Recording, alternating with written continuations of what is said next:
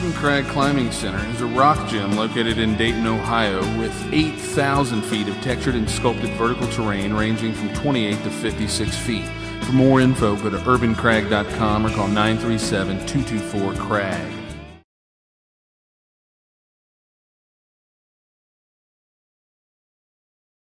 I'm here with Major Larry Faulkner at the Ohio Coffee Company. It is the 4th of February? Correct. 2012, and it's part of a ongoing series of interviews across the city. Does the media in Dayton hype the homicide problem? Well, they do hype the homicide problem. That being said, I don't know that it's their definite intention to do that, but it just works out that way. They have to have a lead story, a story that garners interest immediately when people see it, and to draw people in to view their news broadcast. So that's what they do. It ends up getting hyped through that medium, through that focus, through that format. Very little stranger-on-stranger crime occurs in the city, and if it does, it's unusual enough to immediately attract our attention and create actually quite a response from us. Most of the crime that you see, violent crime, has to do with drugs. People are involved in the drug trade. This leads to invasion of the homes. You see these home invasions. 95% of the time, they all dealt with drugs at one point or another. They either sold drugs, had drugs, drug people in the house, and that's how those things get started. So, I think homicides are more indicative of the drug issue than they are of safety. The drug issue is something that's been pursued for, I think, since Richard Nixon's presidency, really kind of hyped it up, or ramped it up, I should say. Is that something that politicians need to look at doing differently?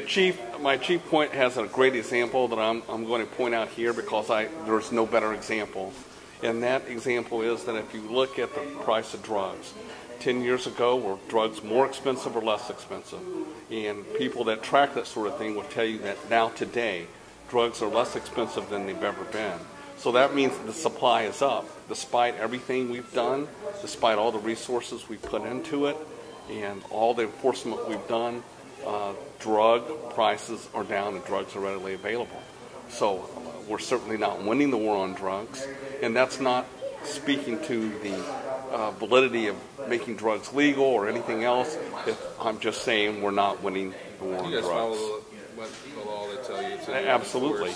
Absolutely. If next week they said legalize this, then you guys would yes. Say, okay, you know, or is it anything else? They virtually already legalized marijuana. Marijuana possession is now a mere minor misdemeanor. It's the same if you're walking around with an open container of alcohol. It's virtually a non-event. And we're not talking about that, though, really. No. Well, we're talking about marijuana sales. We're talking about cocaine sales, and now we're talking about heroin sales. Heroin is really, really popular these days. Lots of people are using it, but heroin, once addicted, leads to death. I mean, there's lots of things that they do, but you really don't live very long. What can be done? And we talked earlier about, obviously the media doesn't make these things up.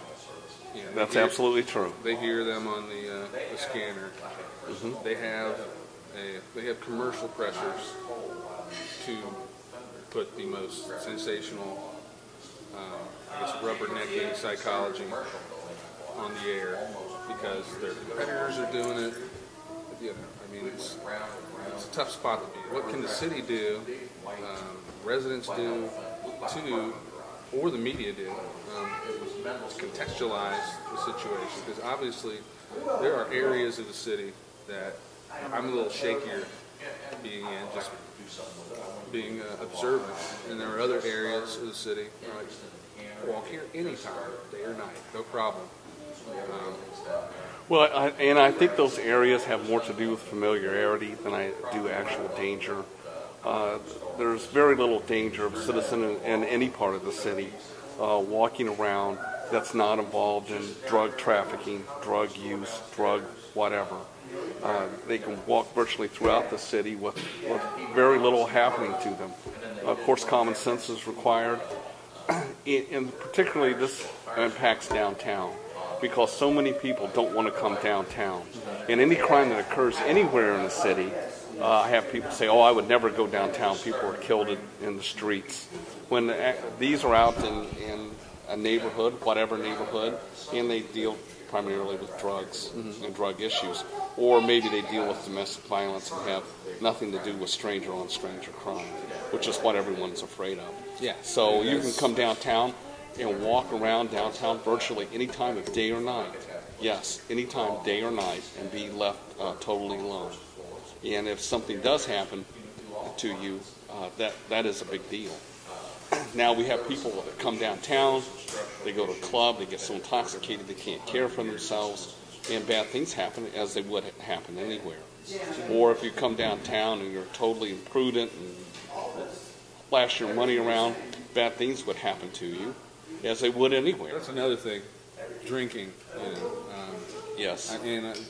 We've had talk about this a couple weeks ago. Where I'm like, they're going after these guys over here for weed, and these guys are shooting each other after they get drunk at 3 a.m.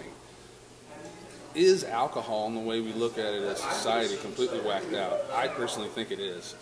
The whole binge drinking mentality of closing the bar, and you drink that much, anybody, I don't care who they are, can do some really stupid things and make some really poor decisions. We try to work with the bars downtown to keep everybody within boundaries. So there's customer management, customer expectations, and bar management and bar expectations, so that we can have an environment downtown where people can walk around safe. You spoke about the alcohol. That's absolutely true. The damage done to the city, the state, our society is untold. Anything else you'd like to say? We're here. We work at this every day. We welcome citizen involvement. We work with citizens and businesses every day here to make downtown safer. You know what the actual statistic is downtown safer than the Green? Well, see, the Green keeps their stats secret because the Green is a privately owned company, and you might be able to figure that out, but there's no place you can go where they'll readily hand that out. I can't walk from the police station and say I want to see the police blotter for last night. The only thing I can tell you for sure is if we had as many calls at some of their bars that they have there, we would not tolerate the level of service that some of the bars at the Green requires here in downtown Dayton. If you do that here, we're going to take your liquor license. So even though people think that there's a higher standard there, I would say just the opposite. Or prove it. Yes. With numbers. So. Right. Exactly. Anything else like that? Thank you. Appreciate this opportunity to talk about these issues. No problem.